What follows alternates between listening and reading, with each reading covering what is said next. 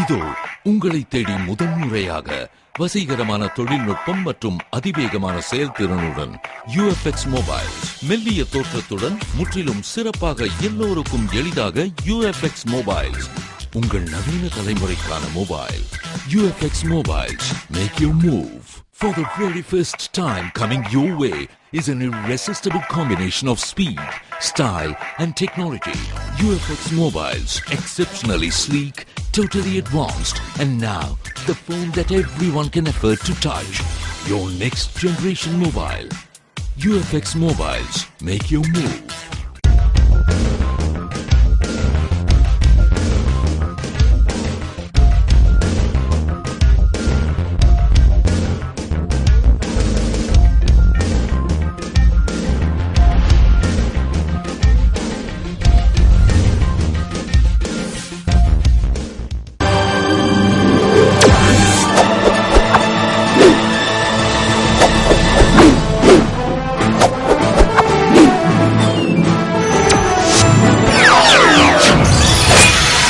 நீங்கள் பார்த்துக் கொண்டிருப்பது AJK டிவியின் புதுவை மாலை. வணக்கம். புதுவை கிழக்கு கடற்கரை சாலையை இணைக்க வீடு அகற்றப்பட்டவர்களுக்கு இலவச மனைப்பட்டாவினை முதல்வர் ரங்கசாமி வழங்கினார். புதுவை காமராஜர் நகர் தொகுதி சாமிப்பிள்ளை தோட்டத்தில் கிழக்கு கடற்கரை சாலையை இணைப்பதற்காக அங்கு வசித்து வந்த 30 குடிசை வீடுகள் அகற்றப்பட்டு அவர்களுக்கு கருவடிக்குப்பத்தில் மனை ஒதுக்கப்பட்டது. அதற்கான மனைப்பட்டா வழங்கும் விழா முதல்வர் அலுவலகத்தில் நடைபெற்றது. விழாவில் முதல்வர் ரங்கசாமி கலந்து கொண்டு 30 பயனாளிகளுக்கு இலவச மனைப்பட்டாவினை வழங்கினார். நிகழ்ச்சியின்போது சட்டமன்ற உறுப்பினர்கள் கல்யாண சுந்தரம், தமிழ்ச்செல்வன் ஆகியோர் உடனிருந்தனர் மற்றும் பயனாளிகள் பங்கேற்று பட்டாவினை பெற்று பயனடைந்தனர். கழக இளைஞரணி நேர்காணலுக்காக புதுவை வரும் திமுக பொருளாளர் மு.க. ஸ்டாலினுக்கு சிறப்பான வரவேற்பு அளிப்பது என்று திமுக வழக்கறிஞரணி ஆலோசனை கூட்டத்தில் முடிவு செய்யப்பட்டது. புதுவை மாநில திராவிட முன்னேற்றக் கழக வழக்கறிஞரணி ஆலோசனை கூட்டம் ஏனாம் வெங்கடாஜலபதி வீதியில் உள்ள மகாலட்சுமி திருமண நிலையத்தில் மூத்த வழக்கறிஞரும் தலைமை செயற்குழு உறுப்பினருமான CP திருநாவுக்கரசு, மாநில கழக வழக்கறிஞரணி அமைப்பாளர் முத்துவேல் தலைமையில் துணை அமைப்பாளர்கள் கனக சபாபதி, திருமாவளவன், முருகையன், கணேஷ், ஞானசம்பந்தம் முன்னிலையில் நடைபெற்றது. வழக்கறிஞரணி புரவலர் மனோகரன் வரவேற்று பேசிய நிகழ்ச்சியில் முன்னாள் முதல்வரும் மாநில அமைப்பாளருமான ஜானகிராமன் சிறப்பு விருந்தினராக கலந்து கொண்டு சிறப்புரையாற்றிட, தலைமை செயற்குழு உறுப்பினர் பலராமன் கருத்துரையினையும், வழக்கறிஞரணி மாநில அமைப்பாளர் முத்துவேல் தீர்மான உரையினையும் வாசித்திட, நிறைவில் வழக்கறிஞரணி நம்பி செல்வன் நன்றி கூறினார். மாநில கழக துணைத் தலைவர் சீதா வேதநாயகம், தலைமை செயற்குழு உறுப்பினர் MAS சுப்பிரமணியன், மாநில துணை அமைப்பாளர் SP சிவக்குமார், இளைஞரணி அமைப்பாளர் சிவா, முன்னாள் சட்டமன்ற உறுப்பினர் ராஜாராமன், தொண்டரணி அமைப்பாளர் நந்தா சரவணன், வழக்கறிஞர்கள் லோகு கணேசன், செந்தில்குமார், லட்சுமி உள்ளிட்ட நிர்வாகிகள் கலந்து கொண்ட கூட்டத்தில் கழக இளைஞரணி நேர்காணலுக்காக புதுவை வரும் கழக பொருளாளர் ஸ்டாலினுக்கு கனகசெட்டிக்குளத்தில் பதாகைகள் வைத்து சிறப்பான முறையில் வரவேற்பு அளிப்பது என தீர்மானிக்கப்பட்டது. புதுவை வழக்கறிஞர் அணிக்கு புதிய நிர்வாகிகளை நியமித்த கழக தலைவர் கலைஞர், பொதுச் செயலாளர் பேராசிரியர் அன்பழகன், பொருளாளர் ஸ்டாலின், வழக்கறிஞர் அணி செயலாளர் பாரதி, பரிந்துரை செய்த புதுவை மாநில அமைப்பாளர் ஜானகிராமன் ஆகியோருக்கு நன்றி தெரிவிக்கப்பட்டது மற்றும் பல்வேறு தீர்மானங்கள் நிறைவேற்றப்பட்டன. புதுவை கடற்கரை சாலையில் குப்பைகள் அகற்றப்படாமல் துர்நாற்றம் வீசியதால் சுற்றுலா பயணிகள் முகம் சுளிப்பதைக் கண்ட நடைபாதை வியாபாரிகள் தங்கள் சங்கம் மூலமாக குப்பைகளை அகற்றியது மக்கள் மத்தியில் வரவேற்பை பெற்றுள்ளது. புதுவையில் தனியார் நிறுவனம் குப்பை அகற்றும் பணியை நிறுத்தியதால் பல்வேறு இடங்களில் குப்பை தேங்கியதைப் போன்று கடற்கரை சாலையிலும் குப்பைகள் தேங்கி காற்றில் பறந்து கடற்கரையை பொலிவிழந்தது. மேலும் மழையின் காரணமாக துர்நாற்றம் வீசியது. இதனால் கடற்கரைக்கு வந்த சுற்றுலா பயணிகள் மற்றும் பொதுமக்கள் முகம் சுளித்தனர். இதனை கண்ட கடற்கரை சாலை நடைபாதையில் கடைகள் மற்றும் தள்ளுவண்டியில் கடைகள் நடத்தும் வியாபாரிகள் தங்களது சங்கம் மூலமாக கடற்கரை சாலையில் உள்ள குப்பைகளை அகற்றி துப்புரவு செய்தனர். இச்செய்கையால் கடற்கரை சாலை சுத்தமாக சுகாதாரமாக காட்சியளித்தது. கடற்கரைக்கு வரும் சுற்றுலா பயணிகள் முகம் கோணா வண்ணம் வியாபாரிகள் துப்புரவு பணியில் ஈடுபட்டது மக்களிடையே நல்ல வரவேற்பை பெற்றது. என் பேர் ஸ்டீஃபன். இந்த பீச் வியாபாரி சங்கத்தில் இருக்கிறோம். நாங்கள் குப்பைங்கள்லாம் நிறைய இருக்கிறதுனால 3 நாள் 4 நாளாக பெருக்காமல் நாரின்னு கிடக்குது. அவங்க சுற்றுலா பயணிகள் வந்து உட்காரதுக்கு முடியாமல் ரொம்ப கஷ்டப்பட்டுக்கின்னு அவங்க எல்லாமே பேசினே போயிட்டு இருந்தாங்க. எங்கள் காதால் நாங்கள் கேட்டோம். இன்றைக்கி காலையில் வந்து நாங்கள் கும்பலாக வந்து எங்கள் வியாபாரி சங்கம் வந்து கூடி நாங்கள் குப்பையை அகற்றி அப்புறப்படுத்திட்டோம். புதுவை அரசு சார்பில் நடைபெற்ற தியாகி அன்சாரி துரைசாமியின் நினைவு தின நிகழ்ச்சியில் முதல்வர் ரங்கசாமி கலந்து கொண்டு மலரஞ்சலி செலுத்தினார். புதுவை அரசு செய்தி மற்றும் விளம்பரத்துறை சார்பில் தியாகி அன்சாரி துரைசாமியின் நினைவு தினம் அனுசரிக்கப்பட்டது. நிகழ்ச்சியில் முதல்வர் ரங்கசாமி கலந்து கொண்டு அன்சாரியின் திருவுருவ சிலைக்கு மாலை அணிவித்து மலரஞ்சலி செலுத்தினார். அவரைத் தொடர்ந்து அமைச்சர் தியாகராஜன், அரசு கொறடா நேரு, சட்டமன்ற உறுப்பினர்கள் கல்யாண சுந்தரம், அசோக் ஆனந்த், தமிழ்ச்செல்வன் உட்பட முக்கிய பிரமுகர்கள் மாலை அணிவித்து அஞ்சலி செலுத்தினர். அதேபோன்று காங்கிரஸ் சார்பில் மாநில காங்கிரஸ் தலைவர் ஏ.வி. சுப்பிரமணியன் தலைமையில் முன்னாள் சட்டமன்ற உறுப்பினர் இளங்கோ மற்றும் நிர்வாகிகள் மாலை அணிவித்து மலரஞ்சலி செலுத்தினர். மே 1ஆம் தேதி புதுவைக்கு வரும் திமுக பொருளாளர் மு.க.ஸ்டாலினுக்கு அளிக்கப்படும் வரவேற்பு நிகழ்ச்சிக்கு ஏற்பாடு செய்திட மாநில அமைப்பாளர் ஜானகிராமன் அழைப்பு விடுத்துள்ளார். இது தொடர்பாக புதுவை மாநில திமுக அமைப்பாளர் ஜானகிராமன் கூறுகையில், கழக இளைஞர் அணியின் நேர்காணலுக்காக புதுவைக்கு வரும் கழக பொருளாளர் ஸ்டாலின் பொருளாளர் மற்றும் இளைஞர் அணியின் பொறுப்பாளர் மட்டுமல்ல, தமிழகம் மற்றும் புதுவையின் திராவிட திருவிளக்கு மற்றும் தமிழகத்தின் நம்பிக்கை ஒளிவிளக்கு என்பதால் அவரது வருகையை புதுவையை விழாக்கோலம் பூணும் வண்ணம் வரவேற்க ஏற்பாடு செய்திட மாநில கழக நிர்வாகிகள், இந்நாள் முன்னாள் சட்டமன்ற உறுப்பினர்கள், நாடாளுமன்ற உறுப்பினர்கள், தலைமை செயற்குழு உறுப்பினர்கள், முன்னாள் அமைச்சர்கள், தொழிலாளர், தொண்டர், மகளிர், மீனவர், மாணவர், விவசாய, இலக்கிய உள்ளிட்ட அணிகளின் பொறுப்பாளர்கள், தொகுதி கழக செயலாளர்கள் மற்றும் நிர்வாகிகள், பஞ்சாயத்து முன்னாள் தலைவர்கள், துணைத் தலைவர்கள், முன்னாள் உள்ளாட்சி பிரதிநிதிகள், வட்டக்கழக கிளைக்கழக செயலாளர்கள், நிர்வாகிகள், கழக முன்னோடிகள் மற்றும் கழக செயல்வீரர்கள் ஆகிய அனைவரும் தளபதி அவர்களுக்கு சிறப்பான வரவேற்பு அளிக்கும் வகையில் வரவேற்பு பதாகைகள், வளைவுகள், சுவர் விளம்பரங்கள், சுவரொட்டிகள் என புதுவையை கழக கொடிக்காடாய் விளங்கும் வகையில் கழக கொடி தோரணங்களை அமைத்து வரவேற்க இன்று முதலே ஆயத்த பணிகளில் ஈடுபடுமாறு வேண்டுகோள் விடுத்ததாக கூறினார். புதுவையில் நள்ளிரவில் நடந்த குப்பை அகற்றும் பணியினை அமைச்சர் பன்னீர்செல்வம் நேரில் சென்று பார்வையிட்டார். புதுவையில் பொதுமக்களுக்கு பாதிப்பு ஏற்படாத வகையில் குப்பைகளை உடனடியாக அகற்ற வேண்டும் என முதல்வர் ரங்கசாமி உத்தரவிட்டதால் நகராட்சி மற்றும் கொம்யூன் பஞ்சாயத்து ஊழியர்கள் மூலமாக குப்பைகள் அகற்ற நடவடிக்கை எடுக்கப்பட்டு அதன்படி கடந்த 3 நாட்களாக 60 வண்டிகள், 6 ஜேசிபி எந்திரங்கள் மூலமாக 600 ஊழியர்கள் பணியில் ஈடுபட்டுள்ளனர். இந்நிலையில் மிஷன் வீதி, வைசியால் வீதி சந்திப்பில் குப்பைகள் அகற்றுவதை நள்ளிரவில் அமைச்சர் பன்னீர்செல்வம், சட்டமன்ற உறுப்பினர் லட்சுமி நாராயணன் ஆகியோர் நேரில் சென்று ஆய்வு செய்தனர். அப்போது நகராட்சி பொறியாளர்கள் உடனிருந்தனர். வெடிகுண்டு வீசி தொழிலாளி கொலை சம்பவம் தொடர்பாக மேலும் சிலரை பிடிக்க 4 தனிப்படை போலீசார் அமைக்கப்பட்டுள்ளனர். இவர்கள் தமிழகம் மற்றும் புதுவையில் தேடுதல் வேட்டையை தீவிரப்படுத்துவார்கள். சமீபத்தில் பிரகாஷ் என்கிற ஜெகதீஸ்வரன் வெடிகுண்டு வீசி கொலை செய்யப்பட்டார். ஆள் மாறாட்டத்தினால் நடைபெற்ற இந்த கொலை சம்பவத்தில் மேலும் சிலருக்கு தொடர்பு உள்ளது தெரியவந்தது. இந்நிலையில் தொழிலாளி பிரகாஷ் என்கிற ஜெகதீஸ்வரன் கொலையில் தொடர்புடைய மேலும் சிலரை போலீசார் தேடி வருகின்றனர். அதன் அடிப்படையில் அவர்களை கைது செய்ய தெற்கு பகுதி எஸ்பி பைரவசாமி உத்தரவின் பேரில் இன்ஸ்பெக்டர்கள் பாஸ்கரன், மாறன், வீரவல்லபன், சிறப்பு அதிரடிப்படை இன்ஸ்பெக்டர் பாலகிருஷ்ணன் ஆகியோர் தலைமையில் 4 தனிப்படைகள் அமைக்கப்பட்டுள்ளன. இந்த தனிப்படை போலீசார் புதுவையில் பல்வேறு இடங்களிலும் மேலும் தமிழகம் சென்றும் வெடிகுண்டு வீசியது தொடர்பான ஒரு சில முக்கிய புள்ளிகளை தேடி வருகின்றனர்.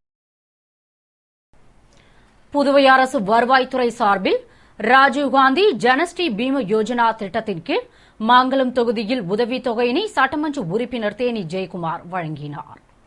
புதுவை மாங்கலம் தொகுதியைச் சேர்ந்த பயனாளிகளுக்கு வில்லியனூர் வருவாய்த்துறை சார்பில் ராஜீவ்காந்தி ஜனஸ்ரீ பீம யோஜனா திட்டத்தின் கீழ் உதவித்தொகை வழங்கும் நிகழ்ச்சி நடைபெற்றது.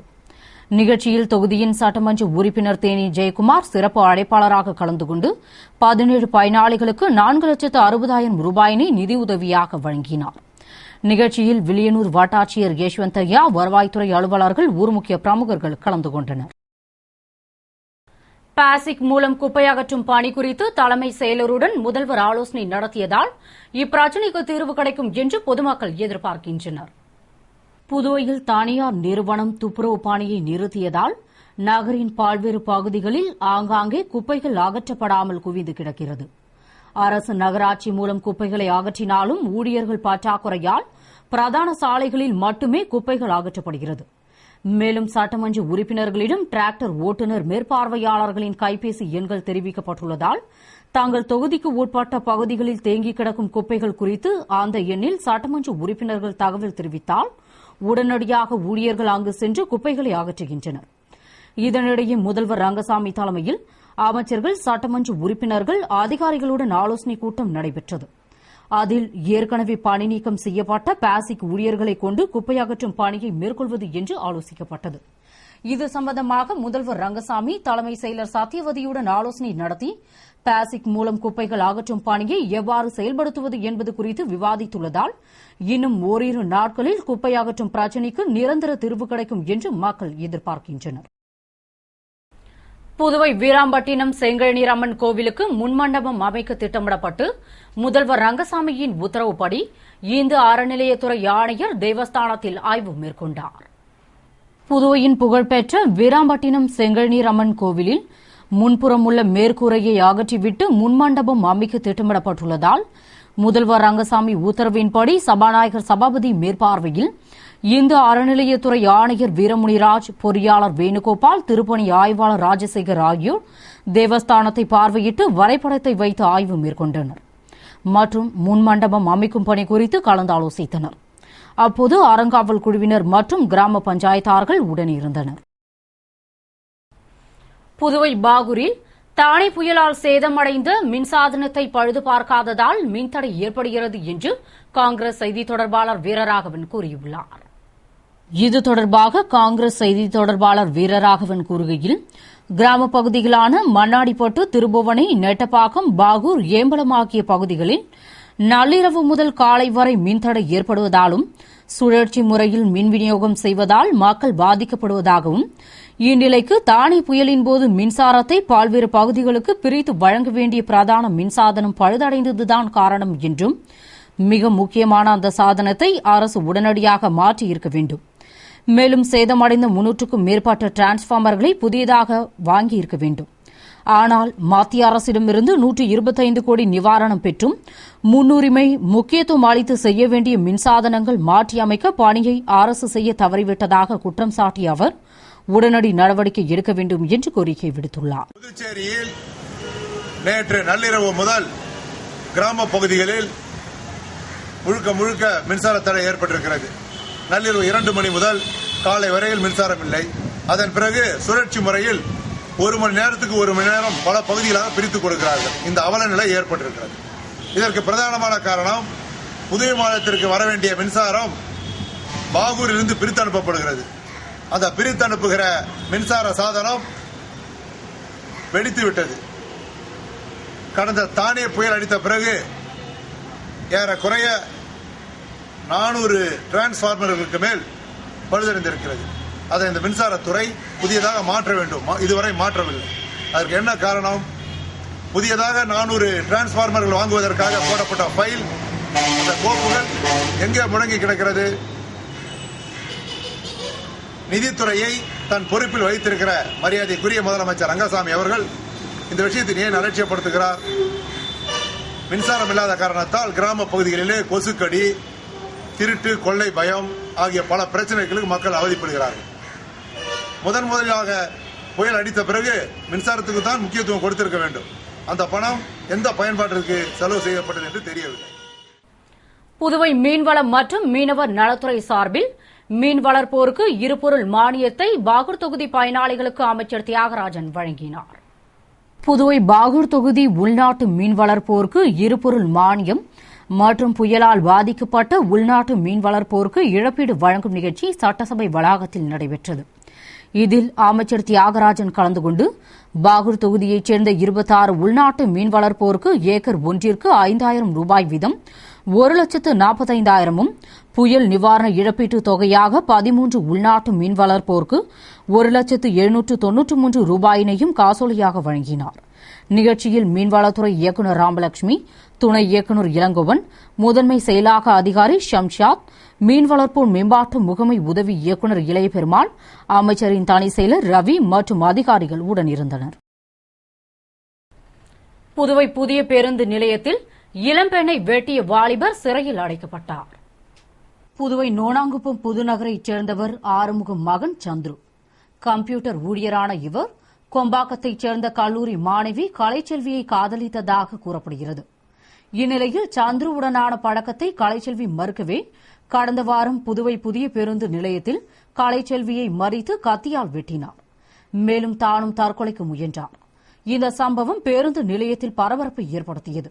இச்சம்பவம் தொடர்பாக வழக்கு பதிவு செய்த உருளையன்பேட்டை போலீசார் இருவரையும் அரசு மருத்துவமனையில் அனுமதித்தனர். இந்நிலையில் சிகிச்சை பெற்று திரும்பிய சந்துருவை போலீசார் கைது செய்து நீதிமன்றத்தில் ஆஜர்படுத்தினர். பின்னர் நீதிபதி உத்தரவின் பேரில் அவரை 15 நாள் நீதிமன்ற காவலில் சிறையில் அடைத்தனர். மாணவி கலைச்செல்விக்கு தொடர்ந்து சிகிச்சை அளிக்கப்பட்டு வருகிறது. புதுவையில் துப்பாக்கி சூடு எதிரொலியாக ரவுடிகள் தலைமறைவாகி உள்ளதாகவும் அவர்கள் மீதான கடுமையான நடவடிக்கைகள் தொடரும் என்றும் போலீசார் தெரிவித்துள்ளனர்.